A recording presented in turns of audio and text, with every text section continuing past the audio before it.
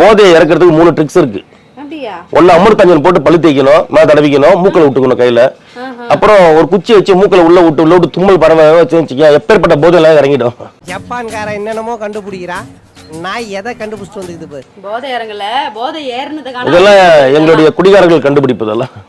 அது சமாளிக்க தான் சார் வந்து எப்படி அப்படி குடி. சரி விடு, நான் சொல்றேன் கேளு.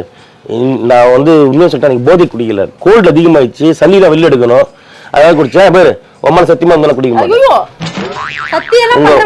உங்க அப்பா அம்மா மச்சனை என் மச்சன்ச்சி என் சின்ன மச்சன்ச்சி எல்லாருமே சத்தியமா சொல்றேன், குடும்பத்து மேல சத்தியமாவே இன்னில இருந்து குடிக்க மாட்டேன். இன்னில இருந்து இப்பத்துல இருந்து நான் கோல்டுக்காக குடிச்சிட்டேன், அந்த சளியை வெளில எடுக்கணுன்றதுக்காக. குடிக்கிறதுக்கு எதனா காரணம் தேவை உனக்கு எப்ப பார்த்தாலும்.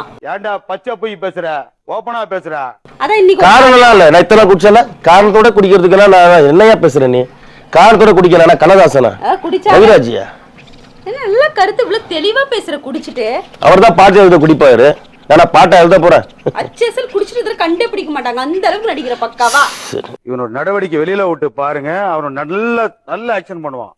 நான் கேக்குறேன், குடிச்சிட்டு வரேன்னு தெரியுது, புருஷனுங்க குடிச்சிட்டு வரானுங்க, அதெல்லாம் பொண்டாட்டிக்காரங்க வந்து அப்படியே கேட்ட திறந்துட்டு அங்கேயே நிக்கிறது எப்படி? நாங்க வரப்ப குப்புன்னு ஸ்மெல் வர அதை வச்சு சண்டை வலிக்கவா? இது என்னது இதெல்லாம் நான் கேக்குறேன்.